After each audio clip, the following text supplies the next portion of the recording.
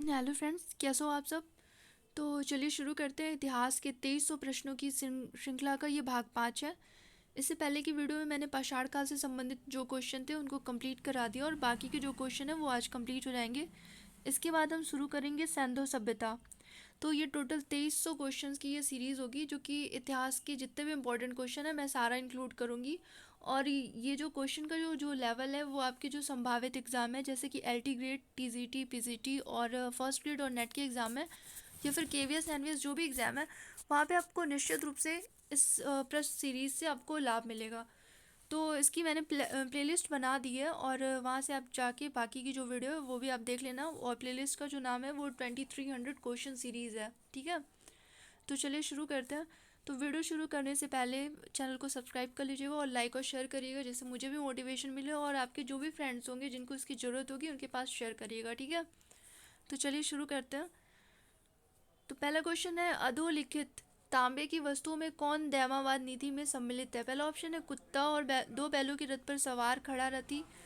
B option है बैल, हाथी, गैंडा और दो घोड़ों का रथ। सी ऑप्शन है घोड़ा, कुत्ता, हाथी और दो बैलों के रथ पर सवार खड़ा रथी। डी ऑप्शन है हाथी, गैंडा, भैंस और दो बैलों के रथ पर सवार खड़ा रथी।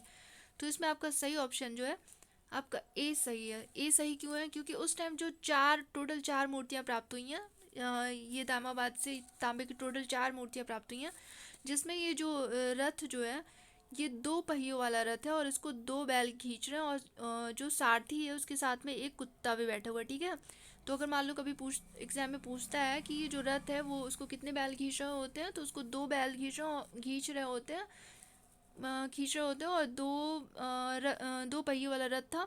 और साथ में जो तीन अन्य मूर्तियां मिली हैं वो आपका गैंडा की है, गैंडा है, हाथी है और भैंसा है, ठीक है। और इन चारों का जो वजन है टोटल 60 kg है। कितना है? 60 kg है। तो इसमें आपका सही ऑप्शन हो जाएगा ए ऑप्शन। सही ऑप्शन है आपका ए। चलिए नेक्स्ट क्वेश्चन देखते हैं।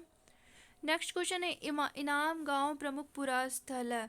पहला ऑप्शन है कायथा संस्कृति का, दूसरा है जौरवे संस्कृति का, और तीसरा है आहार संस्कृति का, और चौथा ऑप्शन है आपका डी रंगपुर संस्कृति का। तो इसमें आपका सही आंसर जो है ये आपका इनाम गांव जो है ये आपका जौरवे संस्कृति से संबद्ध है। कौन सी संस्कृति से संबद्ध है? जौरवे से। इसके बारे में मैंने आपको पिछली वीडियो में बताया है कि यहाँ से टोटल 134 घरों के साक्ष्य प्राप्त हुए हैं और इसकी खोज किसने की थी? एम एन देश पांडे ने किया था। पिछली वीडियो आप देख लेना, वहाँ से इसके बारे में आपको काफ़ी डिटेल में जानकारी मिल जाएगी। और इसके बारे में मैं बता दूँ तो ये जो है आपका महाराष्ट्र में घोड़ नदी के तट पर स्थित है। कौन सी नदी के तट पर स्थित है? घोड़ नदी के तट पे। ये जितनी भी चीज़ें मैं बता रही हूँ उसको नोट करते जाना, क्योंकि आजकल जो प्रश्नों का स्तर है वो काफ़ी डीप पूछ रहा है और प्रश्न कहीं से भी उठा के पूछ दिए जा रहे हैं। और चलिए देखते हैं नेक्स्ट क्वेश्चन। नेक्स्ट क्वेश्चन है, प्राचीन भारत की जौरवे संस्कृति निम्नलिखित राज्यों में से किस स्थान के नाम पर नामित की गई है? पहला ऑप्शन है राजस्थान, दूसरा है बी ऑप्शन है गुजरात, सी आपका है कर्नाटक और डी है महाराष्ट्र। तो इसमें आपका सही आंसर जो है वो डी महाराष्ट्र के नाम पे की गई है। और पिछले पिछले पिछला जो क्वेश्चन है उसके बारे में थोड़ा सा मैं और बता दूं, इनाम गांव के बारे में। ये यहाँ से ना अस्थि कलश समाधान प्राप्त हुआ है। तो अगर कभी एग्जाम में पूछ देता है कि अस्थि कलश समाधान कहाँ से प्राप्त हुआ है, तो ये आपका इनाम गांव है, जौरवे संस्कृति, ठीक है। और इनके पालतू पशुओं में घोड़ा भी शामिल था। इसका तो बता ही दिया कि ये महाराष्ट्र से। इसका डी ऑप्शन आपका सही है। नेक्स्ट क्वेश्चन देखते हैं। निम्नलिखित में से कौन सा कथन सही नहीं है? ए ऑप्शन है प्रागैतिहासिक काल के पाषाण औजार सोहन घाटी से प्राप्त हुए, ये आपका सही है। बी ऑप्शन है चौपानी मांडो से मध्य पाषाण काल के उपकरण प्राप्त होते हैं, ये भी सही है, इसके बारे में मैंने आपको बताया था। और सी ऑप्शन आपका ताम्र उपकरणों के लिए प्रसिद्ध गणेश्वर महाराष्ट्र में स्थित है। और डी ऑप्शन है कायथा संस्कृति मध्य प्रदेश में स्थित है, ये भी सही है। ये तीनों के बारे में मैंने पिछली वीडियो में आपको काफ़ी डिटेल में बताया है। और ये जो ताम्र उपकरण है, ये गणेश्वर जो संस्कृति है ये महाराष्ट्र में नहीं है, ये आपका राजस्थान में है, ठीक है। और ये ये जो पूर्वी राजस्थान से संबद्ध संस्कृति है। तो इसमें आपका सही आंसर हो जाएगा सी। सी गलत है। क्यों गलत है? क्योंकि ये राजस्थान में, महाराष्ट्र में नहीं है, राजस्थान में है।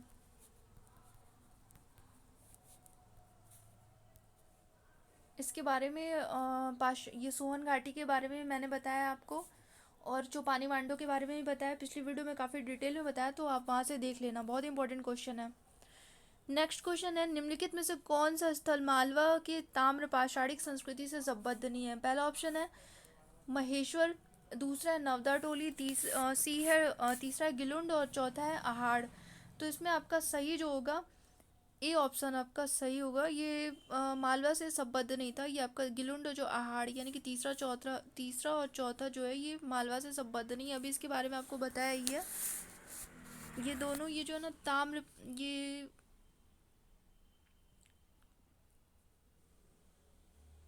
ये आपका गणेश्वर संस्कृति से संबद्ध था। कहाँ से था? ये गणेश्वर संस्कृति से संबद्ध था, ठीक है। तो इसमें आपका सही आंसर हो जाएगा ए।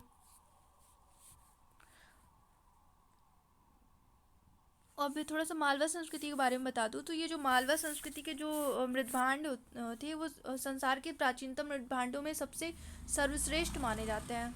तो अगर क्वेश्चन पूछ देता है कि कौन सी संस्कृति के मृदभांड सर्वश्रेष्ठ माने जाते हैं, तो आपका मालवा संस्कृति है, ठीक है। चलिए नेक्स्ट क्वेश्चन देखते हैं। गंगा घाटी की नरहन संस्कृति संबंधित थी। पहला ऑप्शन है मध्य पाषाणिक से, दूसरा है नव पाषाणिक से, तीसरा है आपका ताम्र पाषाणिक से, और डी ऑप्शन है आपका प्रारंभिक ऐतिहासिक से। तो इसमें आपका सही आंसर हो जाएगा सी, ताम्र पाषाणिक से, ठीक है। और ये कहाँ पे है? तो ये उत्तर प्रदेश के गोरखपुर में सरयू नदी के तट पर स्थित है। ये नरहन संस्कृति कहाँ है? उत्तर प्रदेश के गोरखपुर जिले में सरयू नदी के तट पर स्थित है। गोरखपुर जिला यानी कि ये आपके योगी जी का जो संसदीय क्षेत्र है गोरखपुर, वहाँ पे कौन सी संस्कृति है? नरहन संस्कृति है, नरहन। नेक्स्ट क्वेश्चन है, अधोलिखित संस्कृतियों में कौन पाषाण युगीन संस्कृति नहीं है? पहला ऑप्शन है आपका सोहन संस्कृति, दूसरा है बी ऑप्शन है आपका सोथी संस्कृति, सी ऑप्शन है मद्रासियन संस्कृति, और डी ऑप्शन है आपका विंध्य संस्कृति। तो इसमें जो कौन सा पाषाण युगीन नहीं है, इसमें आपका सही आंसर हो जाएगा बी, सोथी संस्कृति जो है ये पाषाण युगीन नहीं है। इसका संबद्ध जो है वो प्राक हड़प्पा से था, और इसका जो प्राप्ति जो स्थल है, संस्कृति का जो स्थल है वो राजस्थान में, कहाँ पे? राजस्थान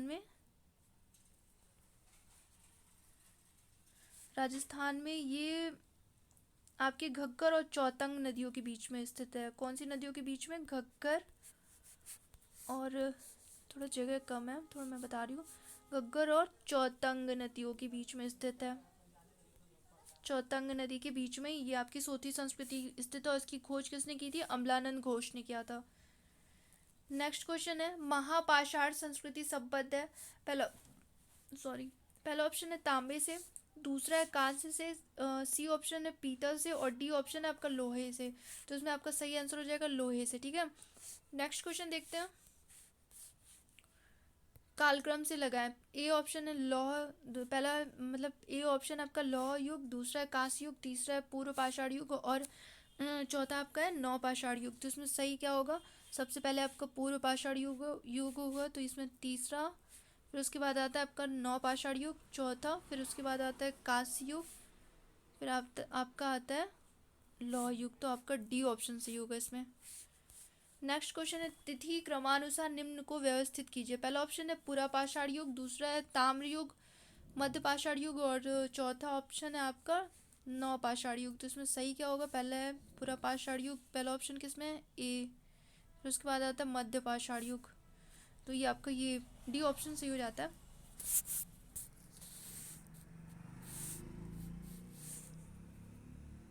तो ये आपका हो गया, कंप्लीट हो गया। अब इसके बाद हम ये आपका पाषाण काल कंप्लीट हो गया, इसके बाद हम सैंधव सभ्यता स्टार्ट करेंगे। तो सैंधव सभ्यता से जो भी क्वेश्चन होगा वो मैं नेक्स्ट वीडियो में अपलोड कर दूंगी। तो वीडियो को लाइक करिएगा और शेयर करिएगा, जिससे मुझे भी मोटिवेशन मिले। Thank you.